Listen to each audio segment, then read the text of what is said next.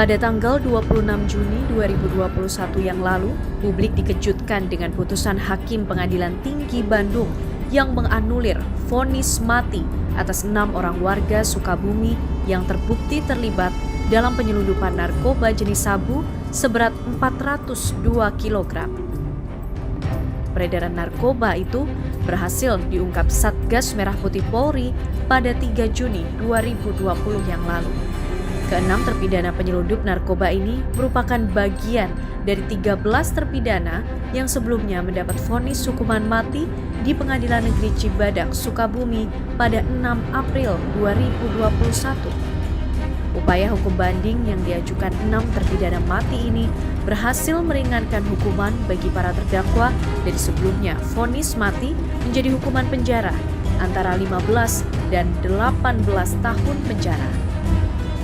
Sementara itu, pada saat hampir bersamaan, Pengadilan Tinggi Banten juga menganulir vonis mati bagi 2 orang bandar narkoba, Basir Ahmed bin Muhammad Umar asal Pakistan dan Adel bin Said Yaslam Awad asal Yaman menjadi 20 tahun penjara dan denda 1 miliar rupiah subsidiar 1 tahun kurungan.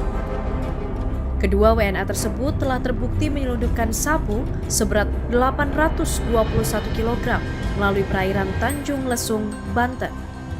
Aksi jaringan pengedar narkoba internasional ini berhasil diungkap Satgas Merah Putih Polri pada 28 Mei 2020 yang lalu.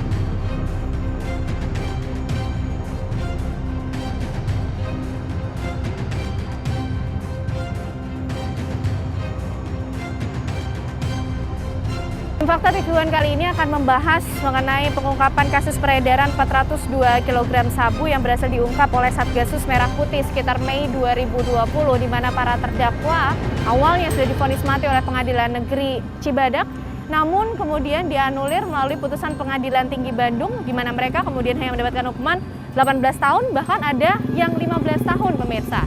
Dermaga ini menjadi pintu masuk dari sabu sebesar 402 kg tersebut yang akan disebarkan kemudian melalui Sukabumi, Jawa Barat, di mana sabu tersebut masuk melalui jalur perairan, dibawa dengan menggunakan kapal-kapal besar, dipindahkan menuju kapal-kapal kecil dengan menggunakan perahu-perahu nelayan dan melibatkan nelayan-nelayan lokal. Setidaknya kemudian ada 6 terdakwa, 3 orang diantaranya menjadi ABK kapal, dan nelayan-nelayan tersebut konon informasinya mendapatkan upah 5 juta rupiah setiap orangnya. Ya, setelah ini pemirsa kami akan menuju ke perumahan Villa Taman Anggrek di Sukaraja, Sukabumi yang kemudian menjadi tempat transit ataupun juga penyimpanan dari sabu 402 kg tersebut.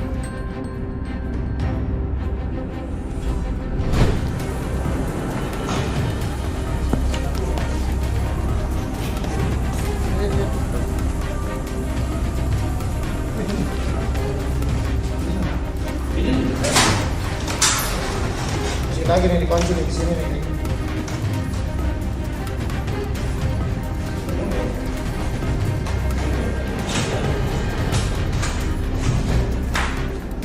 Ini kamar kuncinya. Kalau gitu, kuncinya di atas dapur.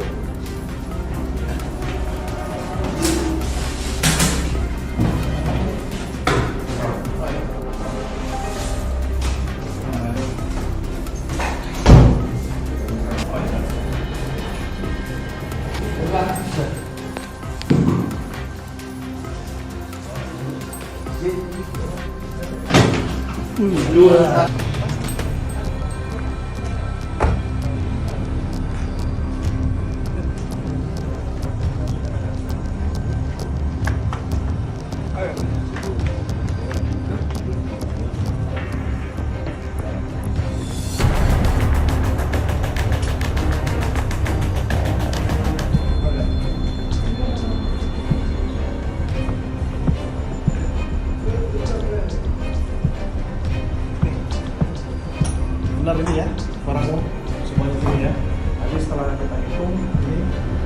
sekitar 400 kilo kurang lebih.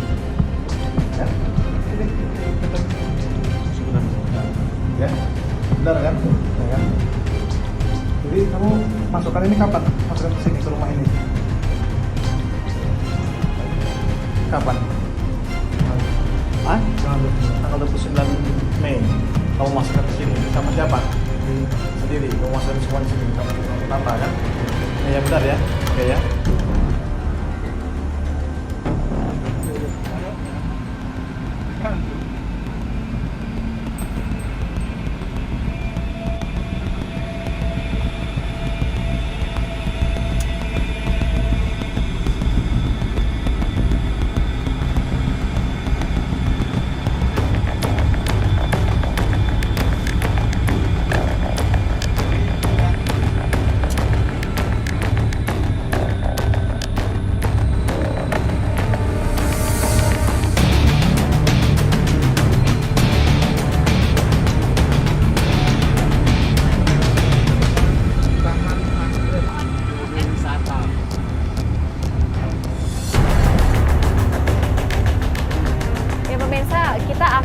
Menuju ke rumah yang kemudian menjadi tempat penyimpanan dari barang bukti sabu sebesar 402 kg yang pada saat itu kemudian berhasil diungkap oleh pihak kepolisian, dan informasinya sudah disimpan di lokasi ini di perumahan Villa Taman Anggrek yang ada di daerah Sukaraja, Sukabumi. Kita akan coba untuk melihat lokasi dari penyimpanan sabu tersebut.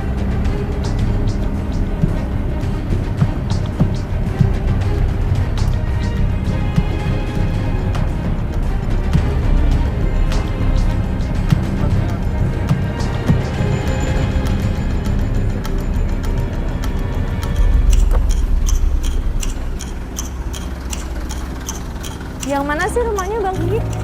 Rumahnya yang mana? Yang kemarin dipakai dulu. Paling kita ke sana aja, Bang. Paling ujungnya mana? Yang kanan. Oh, yang ada lagi jemur karpet itu ya? Ini apa namanya perumahannya? Villa Taman Anggrek, Bang.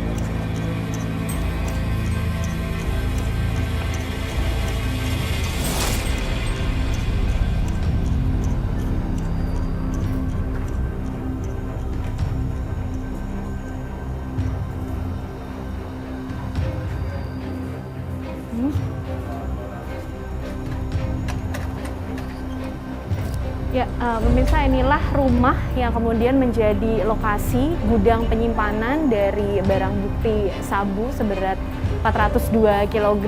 Lokasinya ini ada di perumahan Villa Taman Anggrek. Ini tertulis alamatnya di Blok D7 nomor 12 Villa Taman Anggrek, Sukaraja, Sukabumi. Jadi pada saat itu kepolisian ini kemudian menemukan lokasi ini yang menjadi tempat lokasi gudang penyimpanan sabu seberat 402 kg. Pada saat hari penggerebekan tersebut, polisi mencoba untuk masuk melalui pintu ini di rumah Blok D7 nomor 12. Kita bisa lihat pintu ini ada 2 lapis, pemirsa. Dan pada saat penggerebekan dilakukan, kunci pintu ini dalam keadaan terkunci, tidak bisa dibuka, yang membuat polisi kemudian harus membuka paksa pintu utama dari rumah ini. Polisi masuk melalui pintu ini yang sudah dibuka secara paksa. Kemudian polisi menyusuri setiap ruangan yang ada di dalam rumah ini, coba untuk dimasuki oleh pihak kepolisian. Namun ada satu ruangan yang pada saat itu pintunya dalam kondisi tertutup, terkunci. Dan kemudian polisi juga kembali untuk mencoba membuka paksa ruangan tersebut, ruangan dari pintu yang tertutup dan terkunci tersebut. Dan kalau kami coba gambarkan, lihat dari konstruksi rumah ini kemudian, pemirsa, kami menduga kemungkinan lokasi dari penyimpanan barang bukti sabu seberat 402 kg itu berada di lokasi di ruangan ini, pemirsa. Ini merupakan ruangan yang pada saat penggerebekan dilakukan, polisi mencoba masuk ke ruangan ini, dan benar saja di ruangan ini ditemukan 402 kg barang bukti sabu yang pada saat itu coba untuk diedarkan dan sudah dalam kondisi dikemas dalam bentuk bola salju, ditemukan oleh pihak kepolisian pada saat itu.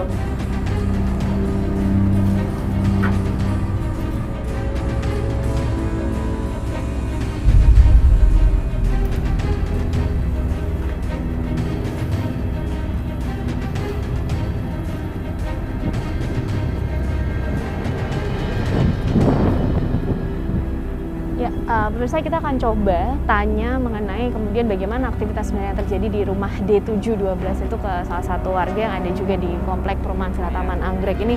Assalamualaikum Bapak. Ya Pak, dengan Pak siapa Pak? Saya Rifki. Pak Rifki. Iya, betul. Pak RW. RW di sini. RW berapa Pak? RW 25. RW 2. Pak, kita boleh ngobrol sebentar ya Pak Rifki?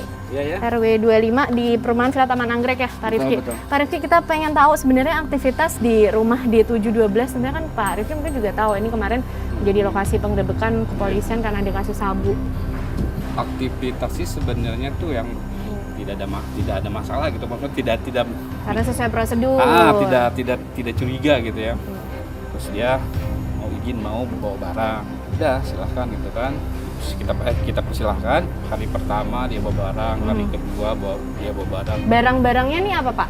Kayak semacam sama aja kayak kasur. Oh, kayak orang pindahan rumah. Ya pindahan rumah kayak gitu. ya. Gitu. Oke. Kayak gitu. Pak, kita bisa sambil lihat lokasinya ya Pak Rifki ya?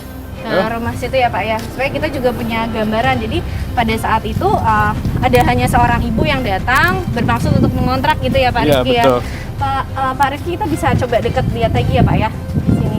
Pak Rifki, tapi pada saat kemudian pindah ke lokasi ini Pak, ada ngelihat keanehan nggak sih Pak, kejanggalan dari aktivitas ibu pada saat itu yang kalau waktu itu bermaksud sih kontrak? tidak ada ya, tidak ada keahlian sama sekali. Selajimnya seperti orang yang kontrak biasa gitu kan.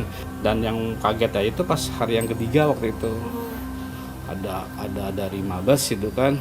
Pak, waktu itu kan tadi Pak RW juga bilang ada memindahkan box-box gitu. Cukup besar nggak sih Pak box-box yang dipindahkan?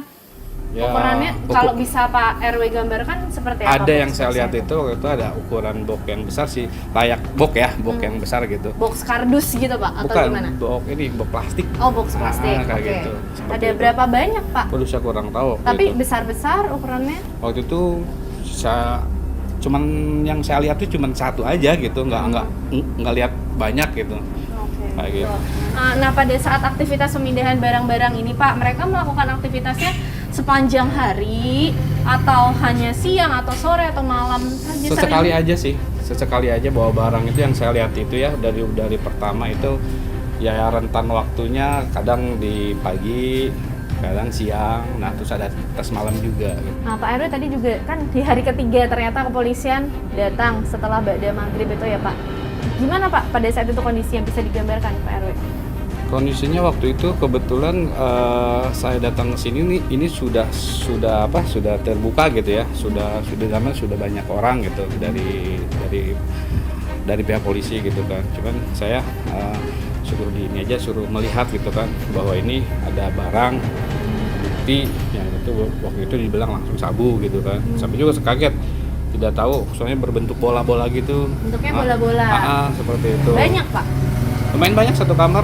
Di kamar itu penuh di lantai itu. Cuma di kamar mana Pak RW? Kamar tahu? sini, kamar yang sini. Kamar yang belakang Ya, itu belakang, Pak ya? yang belakang, itu. betul. Kita bisa lihat nggak Pak pada saat itu nyimpennya di mana Pak RW? Kalau ini kan ini Mbak ya. Kalau ini kan ruang tamu ya. Ini ruang tamu. Ini paling sini nih.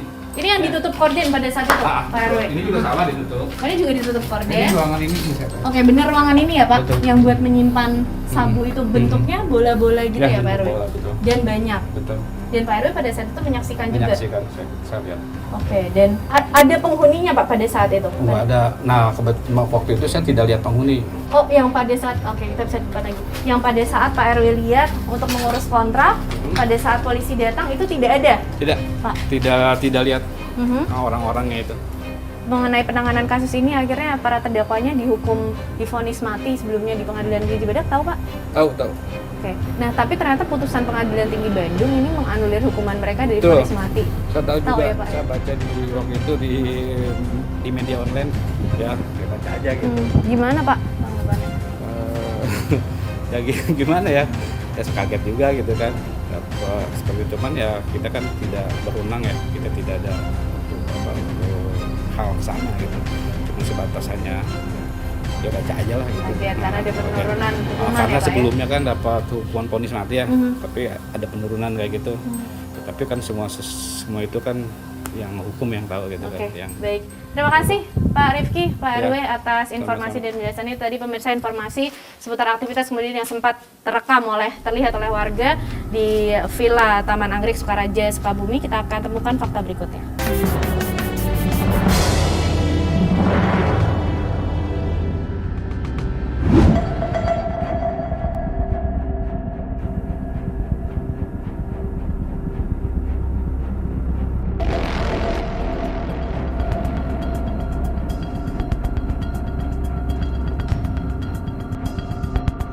Pengadilan Tinggi Bandung telah mengambil putusan pada para terdakwa dari kasus 402 kg sabu, menganulir atau memperingan dari hukuman vonis mati yang kemudian sudah dijatuhkan sebelumnya Pengadilan Negeri Cibadak Sukabumi. Bagaimana sikap Jaksa Penuntut Umum Kejaksaan Negeri Kabupaten Sukabumi? Kita akan temukan jawabannya langsung lewat Kepala Kejaksaan Negeri Kabupaten Sukabumi. Ikuti kami.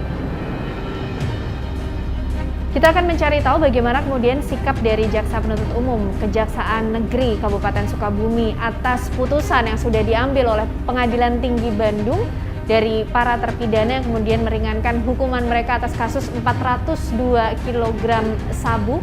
Kita akan cari tahu langsung jawabannya bersama dengan Kepala Kejaksaan Negeri Kabupaten Sukabumi, Pak Bambang Yunianto. Pak Bambang, apa kabar Pak Bambang? Baik, Mbak Ken. Sehat ya Pak? Alhamdulillah. Ya Pak Bambang, tentunya kita sudah tahu mengenai putusan Pengadilan Tinggi Bandung pada terpidana atas kasus sabu 402 kg.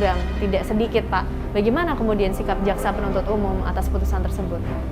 Menyikapi putusan daripada Majelis Hakim Pengadilan Tinggi Bandung tersebut, bagi para terdakwa yang lolos dari hukuman mati, kami akan segera untuk melakukan upaya hukum.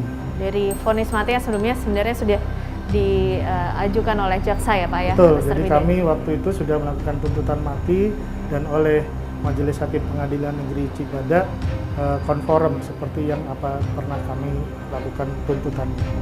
Dan apa sih Pak kemudian hal-hal yang mendasari mungkin menjadi alasan kuat bahwa Jaksa Penuntut Umum dari Kejaksaan Negeri Kabupaten Sukabumi tetap pada keputusan awal? Jadi memang yang pertama mungkin karena barang buktinya ya yang cukup banyak. Dalam hal ini 402 kg mungkin sepanjang sejarah Kejaksaan Negeri Kabupaten Sukabumi baru kali ini menyidangkan perkara dengan nilai sabu seberat itu. Yang kedua, memang apa yang mereka lakukan ini sudah pasti merugikan para generasi muda yang ada di Indonesia ini. Oke, dan ini tadi sempat disampaikan Pak Bambang bahwa mereka merupakan residivis, artinya pernah juga terjerat dalam kasus serupa. Betul, jadi mereka sebelumnya juga dalam hal ini sudah pernah ditahan di penjara, di lapas, dan malahan dari lapas itulah mereka bertemu satu dengan yang lainnya. Sehingga mereka akhirnya setelah ada yang bebas keluar, lah disitulah mereka kembali melakukan tindak pidana ini dengan mastermind Saudara Husein yang memang sebenarnya masih berada di dalam lapas. Tapi apakah ini sindikatnya orang-orangnya juga sama Pak yang terlibat dari kasus yang pertama kemudian kasus yang kedua ini? Jadi memang mereka ini mastermind-nya kan terpidana atas nama Husein ya. Dalam hal ini selalu berorganisir ya, melakukan pengumpulan orang-orang ini ya seperti apa yang kemarin itu ditangkap oleh Satgas Merah Putih. Upaya kasasi ini membutuhkan waktu berapa lama sih sebenarnya? Jadi memang kita diberi kesempatan secara undang-undang nanti diberikan waktu 14 hari sejak relas putusan kita tanda tangani. 14 hari. Dan poin utamanya nanti yang akan disampaikan dalam kasus tersebut artinya fokus pada pengurangan masa hukumannya atau seperti apa Pak poinnya nanti yang kemudian akan dibawa? Nanti untuk itu mungkin saya saat ini belum bisa mengomentari karena hal itu merupakan nanti kita di dalam materi untuk menyusun memori kasasi yang akan nanti kita ajukan.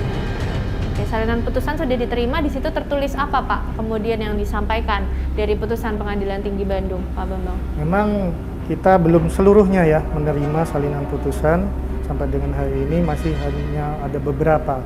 Memang di dalam petikan yang kita terima, baru petikan ya, itu menyatakan mereka divonis ada yang 18 tahun penjara, ada yang 15 tahun penjara. Artinya nanti materi ini pun yang kemudian akan dibawa oleh teman-teman jaksa penuntut umum dari Kejaksaan Negeri Kabupaten Sukabumi mengenai kemudian hukuman itu tadi Pak, hukum vonis dan kemudian hukuman yang kemudian dianulir atau diperingan begitu. Ya, pada intinya sih kita tetap mempertahankan daripada tuntutan kita waktu di pengadilan negeri ya, tingkat pertama itu kita dalam hal ini tetap pada tuntutan yang kita sampaikan. Baik, terima kasih Pak Bambang Yunianto atas jawaban sekaligus penjelasannya. Itu tadi pemirsa sikap yang kemudian dinyatakan oleh Jaksa Penuntut Umum dari Kejaksaan Negeri Kabupaten Sukabumi atas putusan yang diambil Pengadilan Tinggi Bandung dalam kasus 402 kg sabu. Kita akan temukan fakta berikutnya.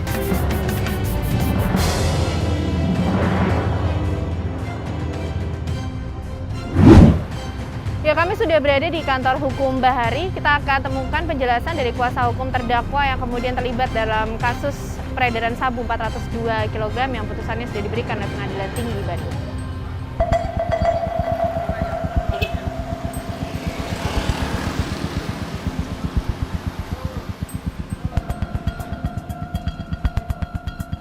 Apa kemudian penjelasan dari kuasa hukum terdakwa yang kemudian terlibat dalam kasus penemuan 402 kg sabu yang kemudian hukuman dari vonis matinya ini dianulir, dikurangi, diperingan dari vonis mati kemudian menjadi 18 tahun dari 15 tahun. Kita akan tanyakan langsung kepada kuasa hukumnya Pak Dedi Setiadi. Pak Dedi, apa kabar? Baik. Pak Dedi, kita semua tahu bahwa Pengadilan Tinggi Bandung akhirnya sudah mengambil putusan bahwa menganulir atau meringankan dari vonis mati kepada terdakwa yang kemudian juga ini menjadi klien dari Pak Dedi. Baik. Seperti apa Pak Dedi? Jadi begini, ya alhamdulillah kami melakukan banding itu diterima oleh Pengadilan Tinggi Bandung yang menjadi bahan pertimbangan lah. Mereka ini adalah bukan gembong narkoba, mereka ini dalam penguasaan orang karena dengan butuh materi tidak sebesar yang kami bayangkan. Hari ini ada berita bahwa ini adalah sindikat ternyata bukan mereka itu. Mereka itu seorang nelayan yang mencari nafkah, yang biasanya dia bernelayan karena pada waktu itu dalam keadaan pasang, jadi ada yang menawarkan, dia tergiur untuk ikut. Artinya klien yang kemudian dibela oleh Pak Dedi dan kuasa hukum lain mungkin ia tahu kan Pak, ini merupakan barang sabu 402 kg yang kemudian kita tahu selama ini Indonesia bahkan terus memerangi hal ini. Sebagian tahu, sebagian juga ada yang tidak tahu. Jadi tahunya itu dari tengah laut, ya. Tapi ada yang sudah tahu bahwa itu adalah akan mengambil sabu dan sebagainya. Kami melihat putusan Pengadilan Tinggi ini, menurut kami sudah adil. Karena tidak semua yang kemarin 13 hukuman mati itu berbeda-beda. Ada yang hukuman mati, ada yang seumur hidup, ada yang 20 tahun, ada yang 18 tahun, ada yang 15 tahun. Ini sudah benar menurut kami karena setiap kejahatan itu tidak bisa disamaratakan sesuai peran-perannya lagi. Mereka mengambil peran dalam kasus peredaran narkotika yang menjadi musuh Indonesia, seluruh masyarakat Indonesia, Pak Dedi. Memang betul, karena sebagai pengacara berhak untuk membantu mereka. Dalam kejahatan itu kan bermacam-macam. Dan ini poin kemudian yang diajukan oleh kuasa hukum 6 terdakwa ya Pak. Baik, kepada Pengadilan Tinggi dalam banding itu, ini yang kemudian disampaikan. Poin-poin apa saja? Pada waktu menyampaikan memori itu minta keadilan, bahwa kami tidak mau mereka itu disamakan dengan gembong narkoba internasional atau yang lain-lainnya lah. Hukumannya jangan sama lah gitu. Tapi kan kita tahu Pak Dedi, bisnis narkoba ini banyak sekali uang di dalamnya. Jumlahnya juga tidak sedikit, 402 kg. Baik. Ini kan banyak tanggapan masyarakat bahwa di sini perputaran uang besar. Kami bisa membuktikan itu biaya dari kami semua, dari mulai BAP pemeriksaan pada waktu di Polda Metro Jaya, terus sampai ke kejaksaan, sampai ke pengadilan, itu biaya dari kami. Mereka nggak ada biaya, nggak ada punya uang. Oke, tapi ini sudah terjadi Pak Dedi, dan infonya bahkan dari 402 kg, ini 60 kg-nya sudah tersebar bahkan. Ini kemudian yang dipikirkan sebagai poin untuk terus menemukan keadilan dari klien Pak Dedi. Kalau saya lihat di fakta persidangan tidak ada yang tersisa, tidak ada yang terjual. Ini kan barang datang dari laut, tidak ada barang yang keluar dari situ dan itu langsung diamankan oleh kepolisian. Meskipun sebelumnya ada residivis dan Nah itu residivis ada. Memang ada beberapa terdakwa yang pernah menjadi residivis narkoba. Tetapi kan kami berikhtiar untuk membela, untuk meringankan, untuk merubah, dan ini dikabulkan oleh majelis hakim. Pak Dedi, ada juga kemudian pihak-pihak yang merasa kecewa melihat adanya putusan dari Pengadilan Tinggi Bandung ini. Ini sudah ditangkap, diketahui oleh Pak Dedi dan juga kuasa hukum lain? Sudah kami membaca juga, itu hal yang wajar. Mayoritas masyarakat mencibir kami, dan kami harus membela yang memang tidak bersalah, kita bela. Lalu bagaimana sikap kuasa hukum atas respon pihak-pihak yang merasa kecewa, merasa ini sudah begitu sulit untuk mengungkap ini, mencoba untuk sama-sama merangi sabu, tapi kita tahu akhirnya putusan Pengadilan Tinggi Bandung seperti ini? Kalau menurut kami, mohon maaf sekali lagi, bahwa Pengadilan Negeri Bandung sudah tepat memutus para terdakwa ini. Adanya jelas ya, dari 13 ini, 3 orang hukuman mati, 1 orang seumur hidup, 2 orang 20 tahun, 3 orang 18 tahun, 3 orang 15 tahun, cukup adil. Cukup adil? Cukup adil menurut Dedi kami. dan kuasa hukum? Betul, karena menurut kami sudah masuk kepada ajas pidana. Ada peran utama, peran pembantu, ada yang lain-lain. Menurut kami. Baik.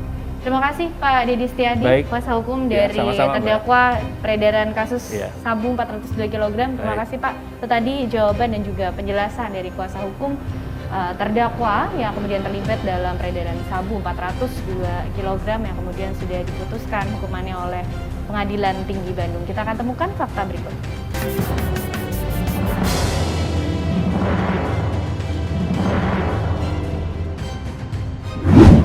Seperti apa respon kepolisian, khususnya Satgasus Merah Putih yang pada saat itu menangani pengungkapan kasus peredaran narkotika jenis sabu seberat 821 kg dan 402 kg? Kita akan tanyakan langsung kepada Kompol Malvino Sitorang. Bagaimana kemudian sikap kepolisian atas putusan Pengadilan Tinggi Banten dan juga Pengadilan Tinggi Bandung yang kemudian menganulir hukuman dari vonis mati yang awalnya diberikan kepada para terdakwa kasus penyeludupan sabu yang cukup besar jumlahnya?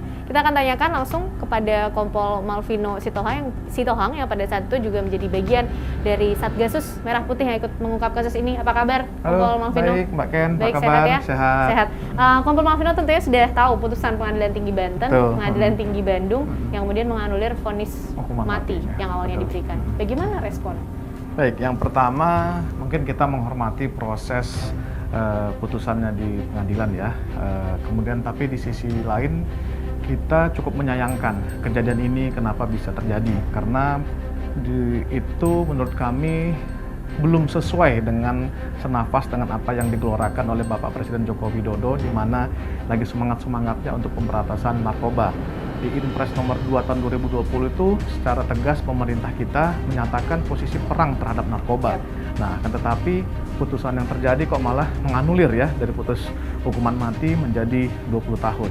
Nah, bila kita bandingkan dengan warga negara Indonesia yang membawa sabu ke luar negeri, sebagai contoh tahun 2020 ada Reti Gunawan itu membawa sabu 6,7 kilo di Vietnam, itu mendapatkan dijatuhi hukuman mati. Nah, pertanyaannya kenapa kok ada warga negara asing ya yang membawa sabu dalam jumlah yang sangat besar, ratusan kilo, hampir 1 ton, 800 dan 400 kilo, 1,2 ton, kok malah dianulir hukuman mati. Nah, itu yang sangat kami sayangkan. Jadi kalau dilihat dari aturan hukumnya, mungkin pasal-pasal dan juga aturan yang ada, memang vonis mati ini adalah hukuman yang memang tepat diberikan kepada para terdakwa yang kasusnya juga ikut diungkap oleh Kompol Malvino Sitorang, 821 kg dan 402 kg. Kalau menurut kami sudah sangat tepat ya apa yang dilakukan oleh Pengadilan Negeri Serang dan Pengadilan Negeri Cibadak pada putusan pertama. Kami kebetulan memang mengikuti kasus ini dari awal sampai kepada putusannya.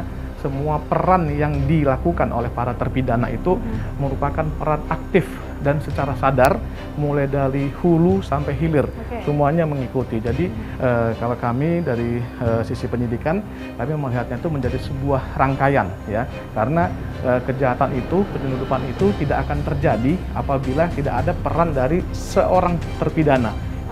ke pihak kepolisian juga melihat hal ini seperti apa sih Kompol Malvino, karena juga ternyata ada beberapa terdakwa yang ini merupakan residivis juga informasinya. Betul sekali. Jadi terpidana di kasus 400 kilo itu yang di Sukabumi itu ada salah seorang terpidananya yang sudah residivis, sebelumnya sudah memasukkan sabu juga ratusan kilo. Nah itu juga yang maka tadi kami sampaikan sangat disayangkan apabila hukumannya tersebut dianulir. Apakah juga sudah diselidiki, sudah diketahui oleh pihak kepolisian bagaimana kemudian cara perekrutan mereka kepada warga negara kita, khususnya warga-warga lokal yang akhirnya ikut terlibat dan memiliki peran? Baik, jadi dari hasil penyelidikan kita ini, khususnya kayak seperti kasus di 400 kilo, mereka sudah 2 kali melakukan hal ini, ya. Lain-lain itu sudah 2 kali menjemput, dan baru kita tertangkap yang bulan Juni ini. Jadi sesama perkumpulan mereka nelayan, memang hasil penyelidikan kita ya, mereka mendapatkan tawaran itu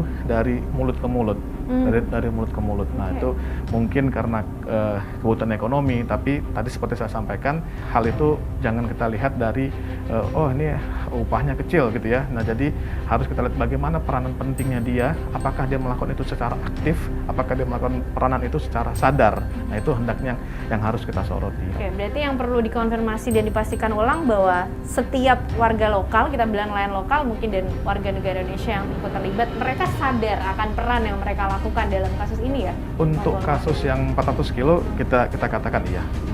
Dengan kasus yang 821 kilo? Kalau yang 800 kilo itu kedua terpidananya warga negara asing. Nah, warga negara asing. Jadi mereka menjemput di daratan, terus kemudian kapal dari Timur Tengah itu datang ke daratan, terus mereka yang mengambil. Kompol Malvino, pihak kejaksaan juga cukup kecewa dengan adanya putusan ini, putusan dari vonis mati yang kemudian diringankan, dikurangi. Kepolisian melihat hal ini juga sikapnya jadi seperti apa? Pasti kita akan terus berkoordinasi ya. Kita berkoordinasi dengan pihak kejaksaan dan memberikan dukungan, spirit apa yang bisa kita bantu di dalam melakukan pengawalan terhadap putusan yang nantinya dijatuhkan di Mahkamah Agung. Kompol Malvino, kita ingin mengkonfirmasi juga apakah benar dari kasus yang 400 kilo ini 60 kilonya sudah tersebar kemudian ke masyarakat? Berdasarkan keterangan dari salah satu terpidana, mereka memang mengatakan seperti itu. Nah, kita sudah melakukan upaya penyelidikan untuk mencari kemana ya, karena itu memang sudah lampau kan, sudah lampau sebelum dia melakukan kita tangkap itu. Gitu. Tapi kita tetap akan melakukan upaya penyelidikan kemana dia melakukan penyebaran itu. Terima kasih Kompol Malvino Sitohang yang pada saat itu juga ikut terlibat dalam Satgasus Merah Putih. Tentunya kita sama-sama sepakat terus memerangi bahaya narkoba untuk Indonesia. Itu tadi penjelasan jawaban langsung dari Kompol Malvino Sitohang. Kita akan temukan fakta berikut.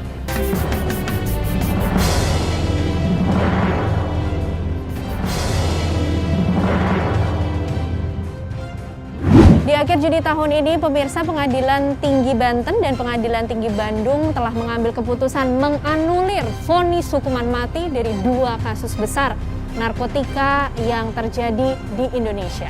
Bagaimana tanggapan Gerakan Nasional Anti Narkotika? Kita akan temukan langsung jawabannya bersama dengan Henry Yosodiningrat. Ikuti kami.